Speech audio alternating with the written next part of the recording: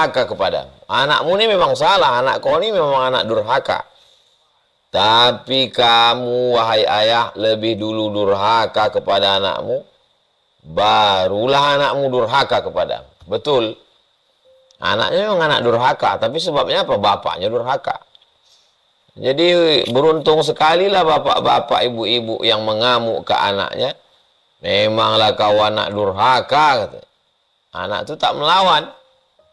Karena tak tahu dia riwayat ini. Kalau tahu dia riwayat ini, aku durhaka ini karena kau durhaka, kata dia. Ibuku tidak kau kasih orang baik, makananku tak baik, namaku tak baik. Paling-paling karena dia pergi aja. Dia tidak melawan karena dia tidak punya pengetahuan. Itulah pentingnya seorang laki-laki tahu siapa dirinya, sadar tentang tanggung jawabnya. Ar-rijalu, laki-laki, qawwamuna 'alan nisa, menjadi pemimpin bagi perempuan. Shrah li sadri wa yassir li amri wahlul 'uqdatam min lisani yafqahu qawli. Bapak, Ibu, abang, kakak, adik, jamaah hijrah bersama Ustaz Abdul Somad yang dimuliakan Allah Subhanahu wa taala. Ada seorang laki-laki datang menghadap kepada Khalifah Amirul Mukminin Umar ibnul Khattab radhiyallahu anhu. Dia meminta kepada Umar bin Khattab supaya anaknya dihukum. Wahai Khalifah Amirul Mukminin, tolong anak saya ini dihukum. Karena dia anak durhaka. Umar ibnul Khattab orangnya sangat bijaksana. Lalu kemudian dia tanya, ada yang mau disampaikan wahai Ananda? Lalu anak yang mau dihukum itu bertanya kepada Umar, wahai Khalifah, wahai Umar bin Khattab, wahai Amirul Mukminin, apakah kami ini sebagai anak punya hak terhadap ayah kami? Apakah kami sebagai anak ini ada punya hak terhadap ayah kami? Lalu kemudian kata Umar bin Khattab, ya, kalian sebagai anak punya hak. Hak anak berarti kewajiban orang tua. Lalu kemudian kata anak tersebut, apa hak kami sebagai anak? Yang pertama, hak kalian sebagai anak diberikan ibu yang solihah. Itu yang pertama. Pilihkan ibu yang solihah. Makanya kata Nabi SAW, takhayyaru linutafikum. Pilihkanlah, seleksilah, buatlah fit and proper test linutafikum. Nutaf jamak dari nutfah, bibit, maaf, sperma. Di mana kamu menyemai benih kamu, pilihlah perempuan yang baik, perempuan yang solehah. Takhayyaru linutafikum. Pilihlah perempuan yang akan melahirkan anak-anak kamu, yang akan membesarkan anak-anak kamu. Lalu kemudian anak itu berkata, saya ini diberikan seorang ibu yang tidak baik. Jadi laki-laki tidak hanya sekedar mencari pendamping. Kalau ada laki-laki yang mengatakan, sudikah engkau menemani aku sampai ke surga? Betul, tak salah. Tapi yang paling tepat itu kalau menurut riwayat ini adalah menjadi ibu bagi anak-anak. Karena dalam Islam, pernikahan itu bukan tujuan, tapi dia hanyalah wasilah, jalan.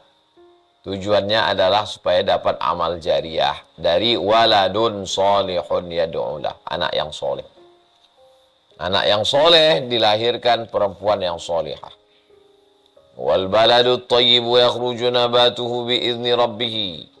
Tanah yang baik akan mengeluarkan tanam-tanaman yang subur, tanam-tanaman yang segar. Walladzi khabutha la yakhruju illa nakida.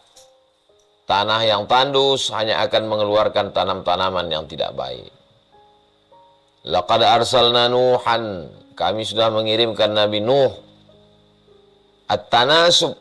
kesesuaian, korelasi, keserasian antara ayat tanah dengan Nabi Nuh, bahwa Nabi Nuh adalah bibit yang bagus. Tapi karena disemai di tanah yang kurang bagus, akhirnya tumbuhlah tanaman-tanaman yang tidak bagus. Tanaman tidak bagus itu bernama Kan'an.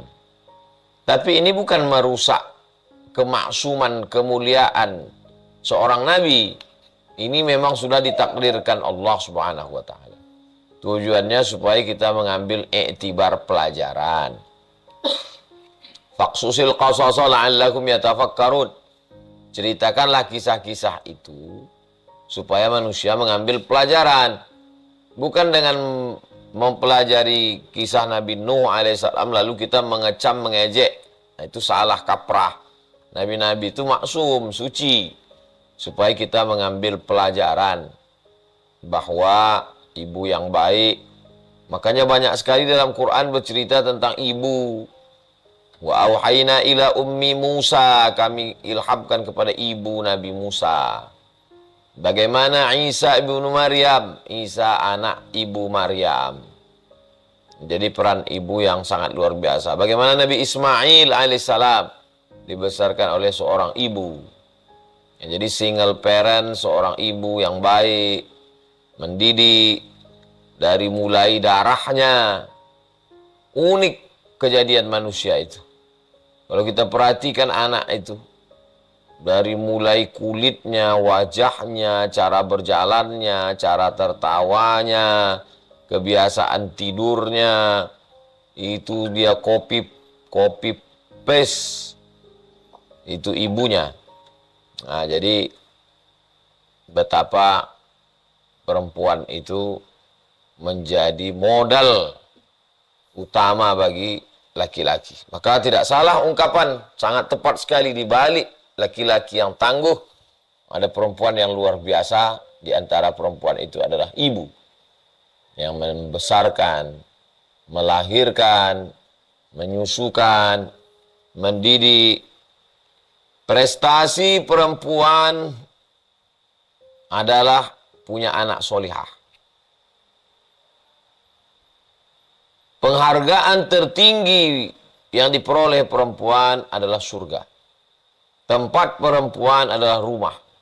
Wa qarna fi buyutikunna. Menetaplah kalian di rumah, wahai perempuan. Prestasi tertingginya adalah menjadi ibu yang solihah. Dan harga yang paling mahal dari prestasi itu adalah lahirnya seorang anak yang menjadi amal jariah. Nah, jadi Imam Syafi'i, anak yatim, dilahirkan oleh seorang ibu yang luar biasa. Imam, pemimpin ulama seluruh dunia, Profesor Dr. Syekh Yusuf Al-Qaradawi, anak yatim. Itu juga membesarkan seorang anak menjadi pemimpin zahir maupun batin dalam bidang segala aspek kehidupan di zaman modern. Nah, jadi perempuan-perempuan yang luar biasa itu di antara kenapa apa hak seorang anak adalah diberikan ibu. Lalu kemudian anak itu bertanya lagi kepada Umar bin Khattab, apa lagi Umar hak kami? Lalu kata Umar bin Khattab, diberikan nama yang baik. Lalu anak ini berkata, nama saya tidak baik. Nama saya dikasihnya khamfas, kumbang. Kumbang itu kalau nahal, lebah masih ada lagi manfaat. Kalau kumbang melobangi kayu, seperti rayap. Jadi nama itu luar biasa. Ya'ti min ba'di ismuhu Ahmad. Akan datang Nabi sesudah aku, namanya Ahmad, terpuji. Orang paling terpuji di langit. Muhammad dipuji di bumi. Muhammad sallallahu alaihi wasallam. Jadi nama ini juga sangat penting karena nama adalah doa. Makanya Nabi merubah nama-nama orang. Abdul Ka'bah Berubah Nabi namanya menjadi Abdullah. Abu Bakar Siddiq itu nama aslinya Abdul Ka'bah. Abdul Syams, hamba matahari. Dirubah Nabi namanya Abdul Rahman. Itulah dia Abu Hurairah. Rata-rata yang mu'allaf masuk Islam. Beda dengan yang bapaknya udah Islam. Abdullah bin Abbas, Abdullah bin Umar, Abdullah bin Amr bin As, Abdullah bin Zubair. Itu memang bapaknya udah Islam. Tapi yang mu'allaf yang masuk Islam, Abdul Syams, hamba matahari, jadi Abdul Rahman. Selalu membawa kucing, dipanggil ya Abahir, wahai Abu Hurairah. Begitu juga dengan Husain, orang Yahudi yang pertama kali masuk Islam di kota Al-Madinah, dirubah Nabi namanya menjadi Abdullah bin Salam. Jadi hamba Allah, karena nama adalah doa. Makanya tradisi orang kita dari Nusantara, dulu ketika melaksanakan ibadah haji, maka itu minta nama dari Syekh Maktab. Dulu kalau merubah nama, ya berubah nama aja pulang zaman Belanda. Paling-paling dipanggil Pak Haji. Tapi zaman kita sekarang kalau merubah nama itu panjang sekali urusannya.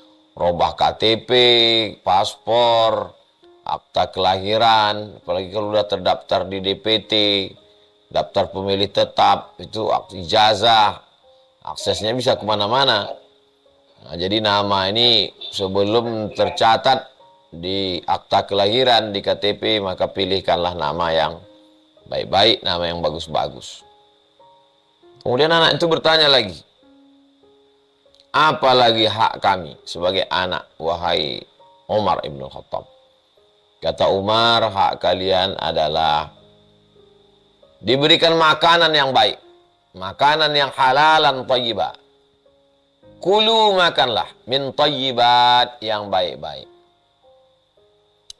Kulu, makanlah, min thayyibat, dari yang baik-baik. Innallaha thayyibun, Allah maha baik. La yaqbalu illa thayyiban, Allah tidak menerima kecuali yang baik-baik saja. Anak dimasukkan pesantren, bagus. Anak dimasukkan Islamic boarding school, mantap. Anak dimasukkan ke sekolah full day Islam, tidak salah, tepat sudah. Tapi yang terpenting dari semua itu adalah kasih anak makan halal. Kasihan gurunya di pondok kalau anak itu makan haram. Melawan otaknya. Nah, jadi pesan Umar bin Khattab, kasih anakmu ini makan yang halal. Kasih makanan yang baik. Karena dari makanan itu menjadi saripati, termasuk masuk ke dalam badan, ada yang jadi keringat, ada yang tahi mata, ada yang jadi tahi telinga, ada yang jadi kencing, ada yang jadi kotoran, dan ada yang menjadi darah. Keluar dari kulit, keluar dari telinga, keluar dari hidung, keluar dari mata, keluar dari anus, keluar dari alat kelamin, dan ada yang saripatinya jadi darah. Darahnya masuk ke dalam jantung. Dari jantung menyembur naik ke otak. Otak itu, di atas otak ini air, darah membawa oksigen. Otak inilah yang memerintahkan mata, otak memerintahkan telinga, otak memerintahkan tangan, otak memerintahkan kaki. Makanya kalau sampai darah ini kotor, na'udzubillah, secara medis, kalau sampai darah tidak lancar, na'udzubillah, kena stroke ringan. Mudah-mudahan yang sakit-sakit diangkat Allah penyakitnya, sehat walafiat. Tapi ada makna lain. Makanan-makanan yang haram itu merusak, mengotori akal pikiran. Nasiyatin, ubun-ubun, kadzibatin, penipu, pembohong, khati'atin, buat salah, buat dosa. Nah, itu semua berawal dari makanan. Ayyuma lahmin, setiap daging di badan, nabata min haramin, tumbuh dari yang haram, fannaru aulabih, tempatnya adalah api neraka. Jadi menurut riwayat yang awal ini, maka kewajiban ayah yang merupakan hak dari anak sesuai dengan dialog Sayyidina Umar bin Khattab. Pertama, kasih ibu yang baik. Kedua, kasih nama yang baik. Ketiga, kasih makanan yang baik. Ibu saya orang tak baik. Nama saya kumbang. Makanan saya dikasihnya makanan yang haram, yang syubhat, yang riba. Apa kata Sayyidina Umar bin Khattab? Laqad aqaqtahu qabla an ya'uqqa alaih. Kamu lebih dulu durhaka kepada anakmu sebelum anakmu durhaka kepadamu. Anakmu ini memang salah, anak kau ini memang anak durhaka. Tapi kamu, wahai ayah, lebih dulu durhaka kepada anakmu, barulah anakmu durhaka kepadamu. Betul. Anaknya memang anak durhaka, tapi sebabnya apa? Bapaknya durhaka. Jadi beruntung sekali lah bapak-bapak, ibu-ibu yang mengamuk ke anaknya. Memanglah kau anak durhaka, kata. Anak itu tak melawan. Karena tak tahu dia riwayat ini. Kalau tahu dia riwayat ini, aku durhaka ini karena kau durhaka, kata dia. Ibuku tidak kau kasih orang baik, makananku tak baik, namaku tak baik. Paling-paling karena dia pergi aja. Dia tidak melawan karena dia tidak punya pengetahuan. Itulah pentingnya seorang laki-laki tahu siapa dirinya, sadar tentang tanggung jawabnya. Ar-rijalu, laki-laki, qawwamuna 'alan nisa, menjadi pemimpin bagi perempuan. Ibu-ibu, kakak-kakak yang punya anak perempuan mungkin merasa ringan aja beban kami Pak Ustadz. Suaminya nanti.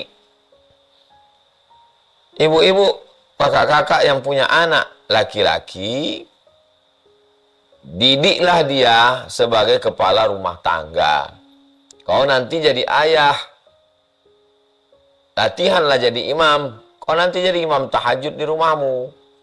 Walaupun sholat zuhur, asar, maghrib, isya, subuh kau di masjid, tapi tahajudmu di rumah nanti gimana kau jadi imam? Jangan kau pakai celana pendek. Gimana kau mau menunjukkan akhlakul karimah ke anak-anakmu kalau kau pakai celana pendek? Jangan kau lakukan kata-kata keluar yang tidak baik, sopan santun, jaga baik-baik akhlak. Nah, jadi kita tidak sedang mengajar anak kita. Ibu-ibu, kakak-kakak sedang mempersiapkan imam. Imam yang akan dipersiapkan ini. Nah, jadi kalau ada orang berpikir saya sedang mendidik anak saya, itu baru satu lompatan. Dia mesti dua lompatan. Saya sedang mendidik imam yang akan menjadi kepala rumah tangga bagi anak-anaknya. Jadi kita selalu berpikir bagaimana 20 tahun akan datang. Kita sedang mendidik kepala dinas.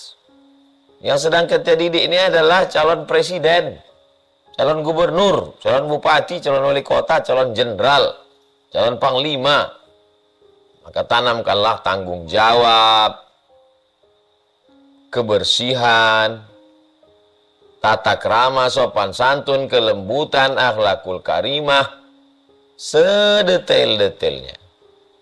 Itu tanggung jawab kita semua. Ini menurut satu riwayat, dialog antara Umar bin Khattab.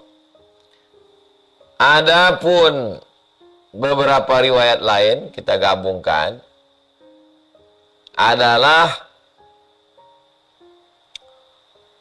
wal walidatu yurdi'na auladahunna haulaini kamilaini liman arada an yutimma ar-radha'ah. Bagi seorang anak, dia punya hak untuk menyusu 2 tahun. Ini nanti kaitannya kepada kesehatan badannya, kekebalan tubuhnya terhadap penyakit imunnya, ikatan emosionalnya dengan ibunya. Nah, itu jadi yang prinsip-prinsip. Kalau udah terlewatkan, anak saya sudah besar Pak Ustadz, apa boleh buat? Tidak bisa lagi. Tapi kan kita akan punya cucu. Jadi jangan pernah merasa, aduh ini pelajarannya udah lewat nih. Enggak, tidak ada lewat. Nah, kita punya anak. Nah ini jangan lupa, ini ajaran Islam. Ajaran Islam itu sholihun likulli zaman wa makan. Jangan kita ikut tren. Trending sekarang susu bubuk, kasih susu bubuk, trending. Tidak begitu. Jadi bagaimana ini hak.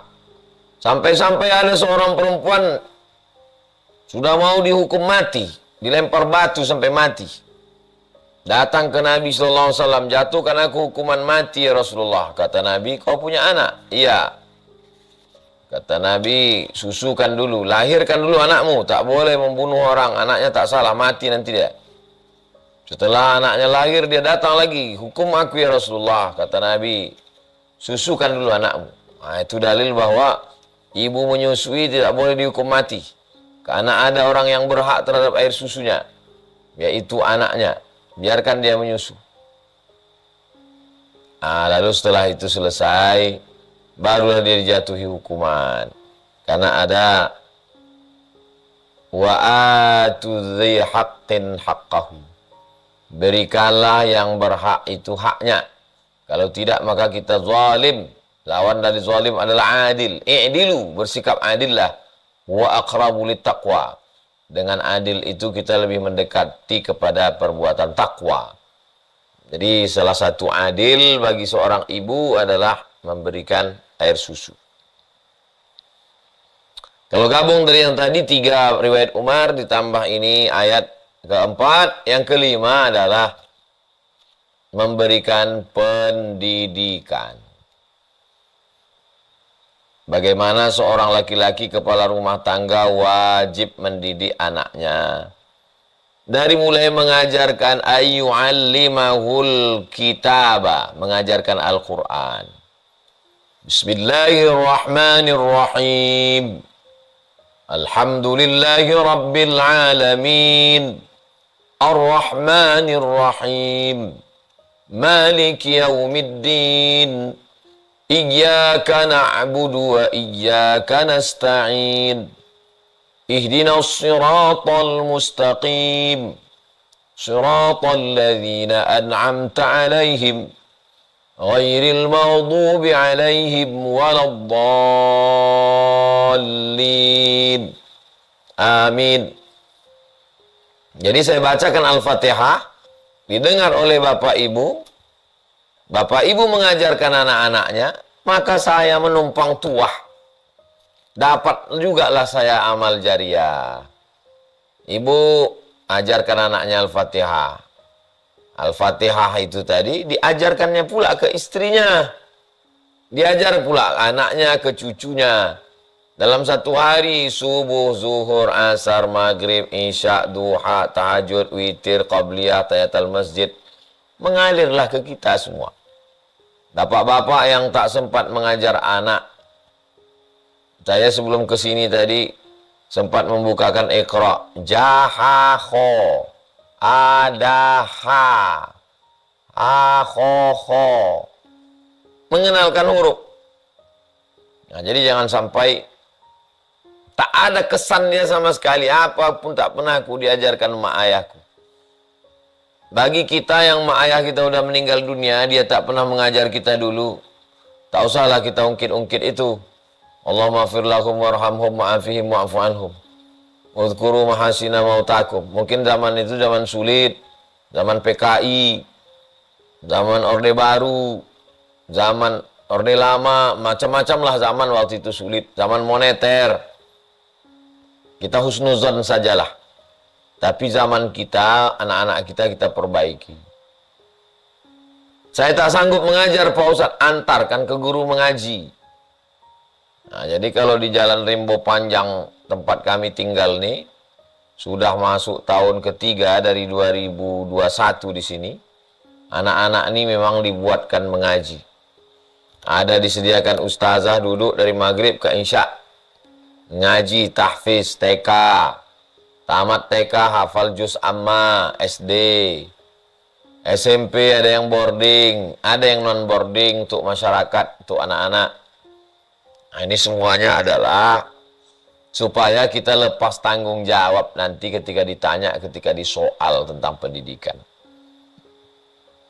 Pendidikan non formal, pengajian ibu-ibu, supaya jangan sampai Ustadz Somad ini cuma pandai ceramah aja.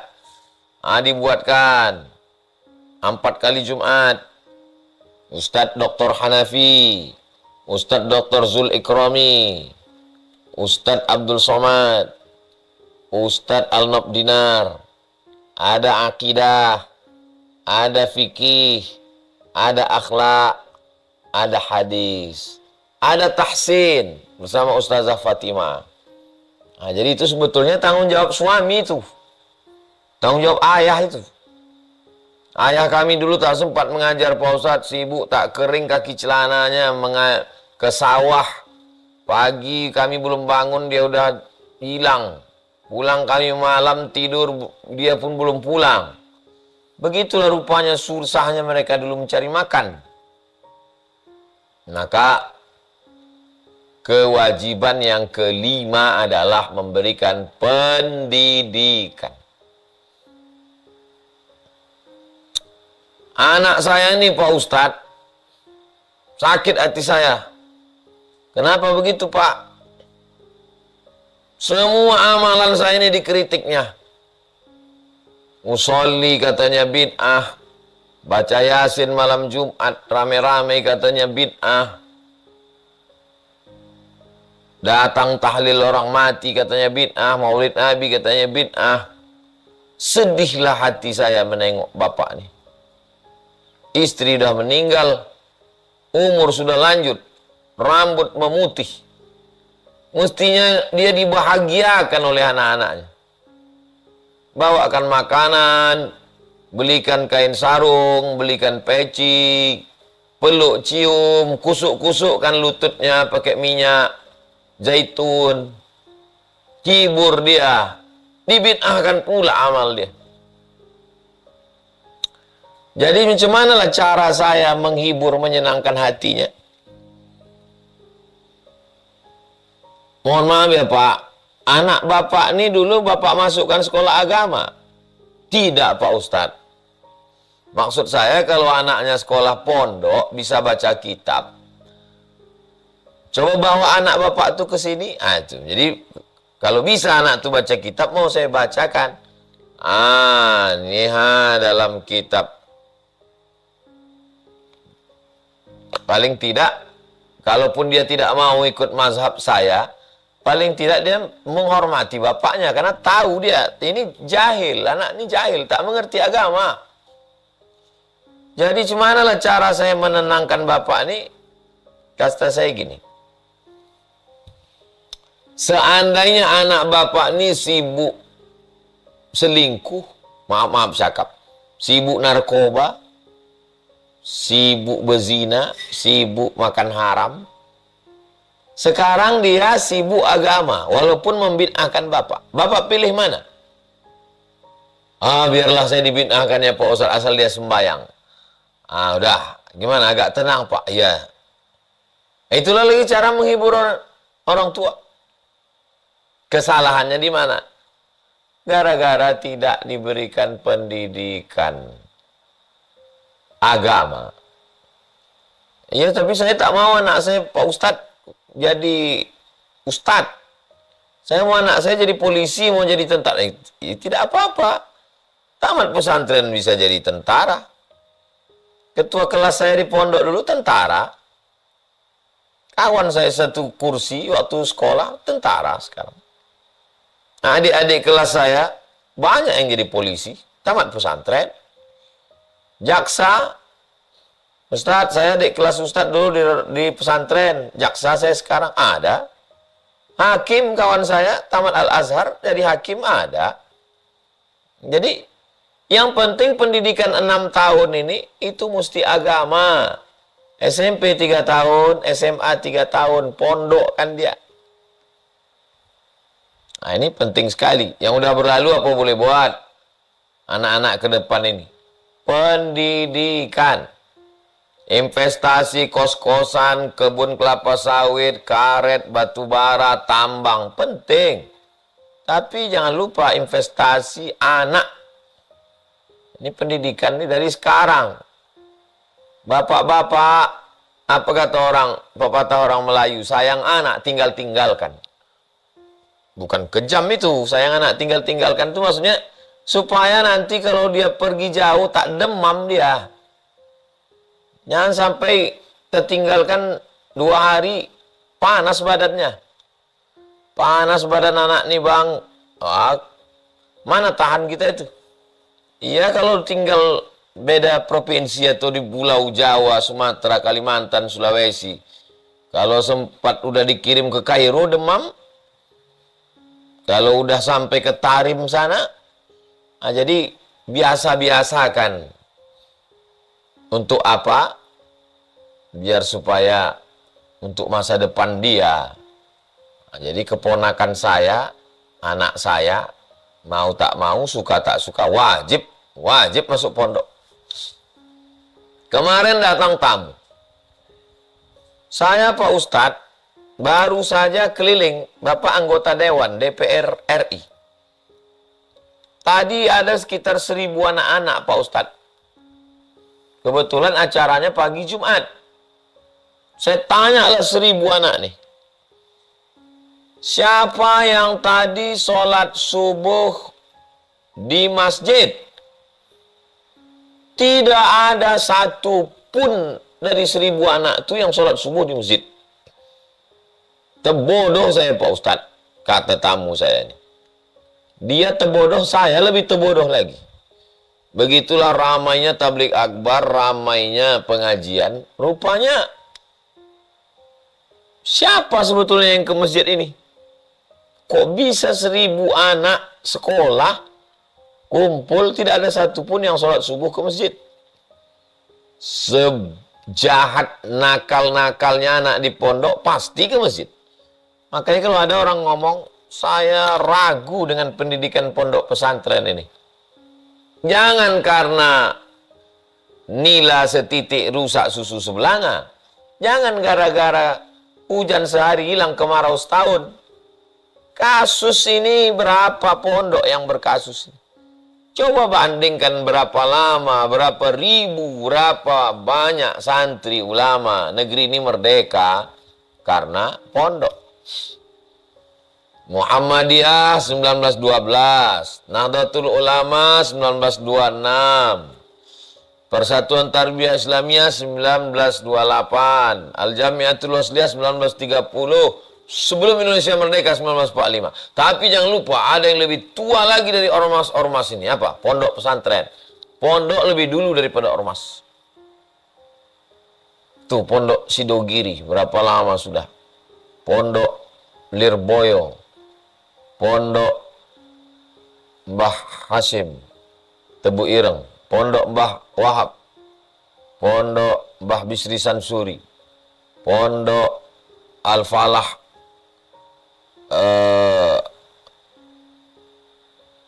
dan berbagai macam pondok. Darussalam Gontor Ponorogo, Peloso, Pondok Munawir, Mbah Munawir Krapyak.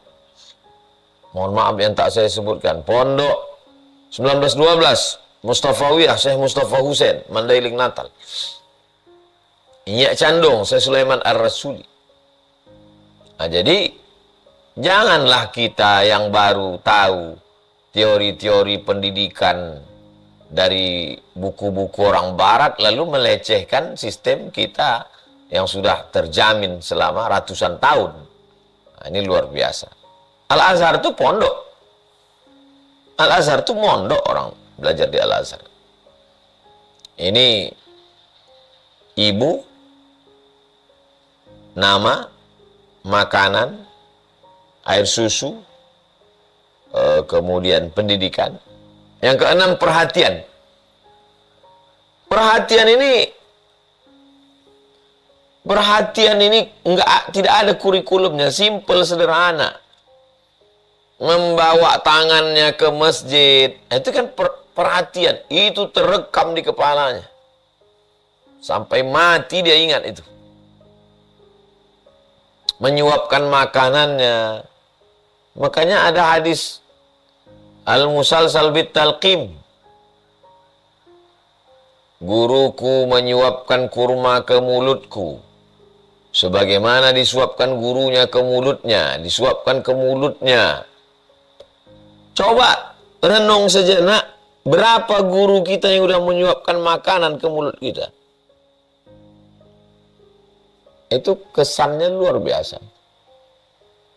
Nah, bagaimana perhatian yang sepele-sepele, mengusap kepala, memegang pundak, menggendong. Bagaimana Nabi Muhammad SAW memeluk Sayyidina Al-Hasan, Sayyidina Al-Husain. Itu rekaman di kepalanya itu luar biasa. Perhatian itu luar biasa. Apalagi bagi bapak-bapak, ibu-ibu yang sangat amat sibuk. Berangkat pagi, pulang petang. Macet. Keluar jam 4 macet, kena jalan azan maghrib, jam 6 baru sampai ke rumah. 7, 8, 9, 10, tinggal 4 jam. Potong, mandi, makan, janganlah lagi handphone. Tolong. Kan udah dari pagi tadi ini di kantor, jumpa orang, jumpa tamu. Tutuplah itu udah. Tutup. Mau status, mau itu, ini besok pagi lah. Yang 4 jam ini tolonglah. Potong mandi, potong makan. Jangan lagi dirusak TV. Matikanlah TV. Matikanlah laptop. Jangan rumah pun jadi kantor juga. Kapan lagi kita bisa menikmati kebersamaan, senda gurau, ketawa-ketawa. Hidup ini singkat. Tiba-tiba lahir, tiba-tiba merangkak, tiba-tiba berjalan, tiba-tiba sekolah, tiba-tiba kuliah, tiba-tiba nikah. Hilang masa itu. Kalau dia tidak dapat perhatian, nanti dia tua juga. Karena siang malam tua juga. Yang kita khawatirkan, mukanya tua, badannya tua, ulahnya macam anak-anak. Kenapa? Karena tak dapatnya masa anak-anak itu. Sekarang kita ketemu itu sama orang-orang. Muka tua, kulit tua, kepala tua, isi kepala itu macam anak-anak.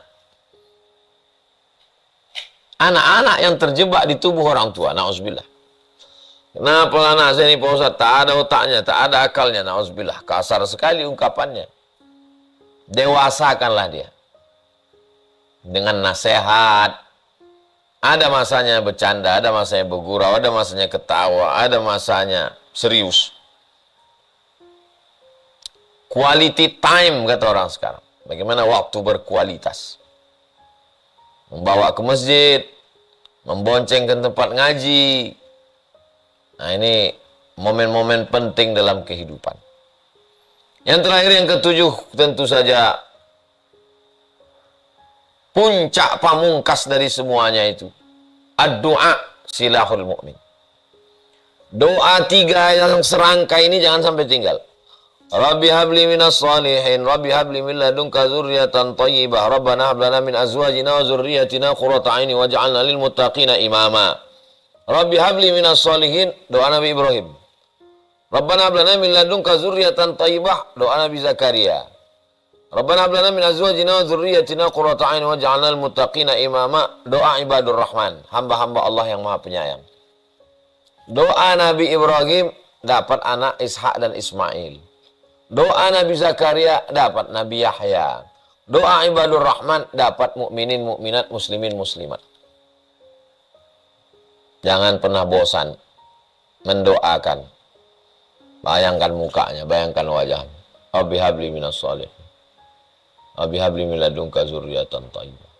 Rabbana hab lana min azwajina wa dzurriyyatina qurrata a'yun waj'alna lil muttaqina imama. Baca selawat, baca Al-Fatihah. Al-Fatihah terbuka segala yang tertutup. Al-Fatihah terbuka pintu hatinya. Terbuka akal pikirannya. Terbuka pintu rezekinya. Tak pernah bosan. Sampai jam 8.40. Sebagaimana biasa, saya kembalikan ke Pak Ustadz Noval. Kita lanjutkan dengan dialog. Demikian Ustadz Noval. Barakallahu fikum. Wassalamualaikum warahmatullahi wabarakatuh.